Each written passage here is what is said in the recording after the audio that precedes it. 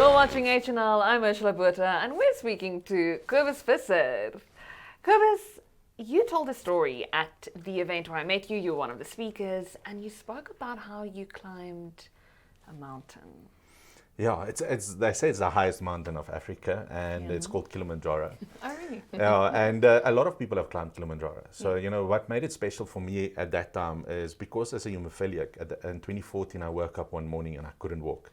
Now, just for the viewers, is that, my blood doesn't clot. So when I bleed around the joints, it swells up, and then the blood sort of eats away at the cartilage and the bone over a period of time. That's why I don't have joints. At that time, the doctor said, Cobus, you have to get both your ankles fused. You have to get your elbows replaced to help with the pain. So that was my reality. That's what I needed to realize. This is going to be my destiny. But the thing is, when you do what I do, is you always challenge the status quo and say, but there must be something more, there must be something impossible to achieve. And so I read this quote by Gandhi that says everything starts with a belief. That becomes our thoughts, that becomes our words, that becomes our actions, that becomes our habits, our values, and ultimately that creates our destiny. And so I needed to change my beliefs because this was my beliefs. Cobus, you're going to have to get replacements. And so my coach challenged me and said, Cobus, get a dream so big that it scares you. Now, I'm not a hiker. I don't camp. I love luxury. I love to have a hair dryer and a warm shower. I am with you. I'm with you on that one. Yet I saw a documentary on TV about a guy in South Africa that climbed Kilimanjaro with his scratches and another guy with a wheelchair. And so I thought, why not? This is impossible. This is like, when I share it with people, they will think I'm crazy. Nobody will support me. But at least, it's something to put out there. It's to test this philosophy about mind. How powerful is our mind? So I started going. And so I said to people, I'm going to climb next year. Now, for the viewers to understand, I was still in a wheelchair at that moment. I couldn't walk. And when I started walking, having this challenge, I pushed myself to become better. And so I got crutches, those ones underneath the elbows. And so I started moving with those.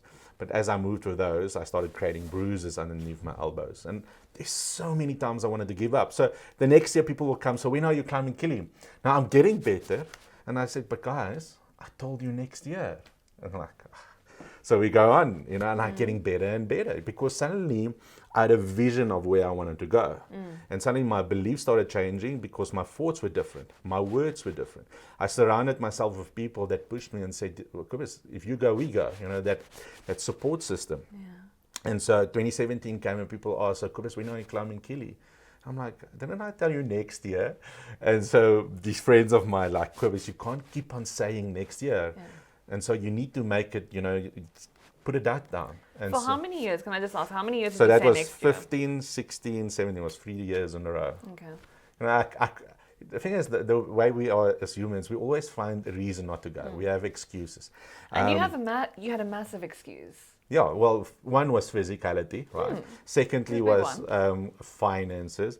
Yes. Third thing is I'm not ready. Fourth thing is I don't really like camping. Yes. We spoke before this interview about how many times people have excuses in their life compared to how badly they want these dreams and goals. So we always find a reason not to do it. Another reason is very cold on a mountain. I don't like cold. Minus 70 degrees Celsius on the last night. Right? Yeah. So that is the challenges in front of us. It was a big challenge. Yeah. And I knew when I set down the date in July 2018, 9 to 18th, that I'm going, paid my deposit, and it became real. Became so real that I actually became afraid because I was looking, I hardly still could walk. Most of the days I would walk with my crutches still. And how am I going to walk this mountain? And so that's how my journey started on Kilimanjaro. Like, I need to do this. It became a burning desire. The other reason why it became a burning desire, in the beginning when I started that journey was I did it for my sons. I have two boys, Tian and Vian, and I did for them, they became my fingers because I went through a divorce just before Kilimanjaro. So I lost them in a sense, and I needed to leave them with something that no matter how challenging life is, no matter where you are, if your dad can climb Kilimanjaro, whatever your dream can come true. I remember that time my oldest son looked at me and says, Dad, do you want me to do what you do one day? And I'm like, I would love that. Yeah. And he says, and little brother Via, and I'm like, just imagine, we're growing this family business. And he looks at me and says, but Dad, am I not here to live my own heart and my own passion and to go after what I want? And it made such an amazing that impact on me that I knew what I was doing had an impact on him. But do you want to know the real reason that I ended up going to Kili? The real reason for climbing the mountain. Give it to me. Okay, I haven't shared this with many people. My coach at the moment says I must bring it into my talks. Okay, so we're doing it right now? Yeah, Okay. I think, because I'm dealing with it and it's hard to tell people, but I think people go through it, especially after this last 2 years. They all have been through a mountain called COVID. Yes. So the year before my climb, I think it was a year before my climb, there was a racing driver from South Africa, Gugu, I can't usually spell his name right. He went to climb Kilimanjaro with the Nelson Mandela track. And he got to the top and he passed away on the top of the mountain. And he was fit, he was a racing driver, and he passed away. Now, during everything that I worked through and getting to Kilimanjaro, I had the point, because I went through a divorce and I went through all of these challenges, business-wise, etc., that I decided, I'm going to commit suicide. And I'm a coward for committing suicide. I don't have the guts to take a gun and do what I need to do. So I was looking at this and I'm like, I'm already going to Kili. Here's a guy that is healthy and fit, that passed away on Kilimanjaro. Imagine me, I'm not fit, I'm sick, I can hardly walk. What if I hadn't pushed myself and die on the mountain? What do you think people would say? And so suddenly that became my journey, because if I had to die on the mountain, they will just say, crazy Cobus, but it's still, I would leave something behind. At least you tried. And so I went to climb the mountain to never come back. That's big. But you did come back. But I did die on the mountain. Oh. I didn't, maybe not figuratively. I was about to die. They had to carry me down on the mountain. Yeah. They had to send up stretchers where I was coming down. I couldn't breathe. I was coughing. I was like, they say Kilimanjaro is the house of God. It feels like you're in heaven, looking down with the clouds below you.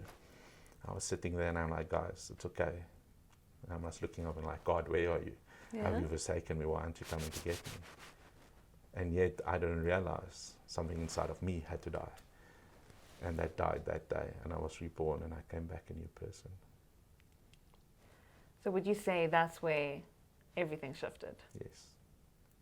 That was the biggest shift in my life. Apart from the fire story.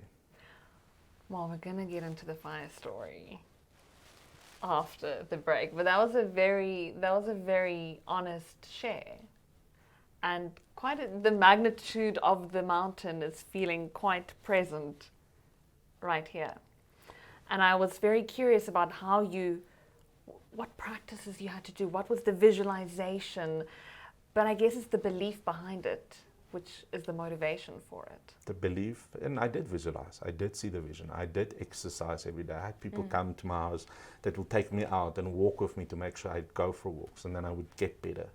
Part of the mountain I had to climb with my crutches, and that was the other biggest challenge. Every day knowing I'm going to be in pain and pushing through. But I remember every night at our share of our group, I would share, guys, one more night. And I would tell them what's happening. And they all were like, no, you're coming back. I'm like, no. But not realizing that, yes, a part of me did stay behind. And I had to go through that journey. And all of that preparation paid off. I'm back. I'm still alive. Well, after the break, we're going to come back and talk about how can we walk on fire. See you after the break.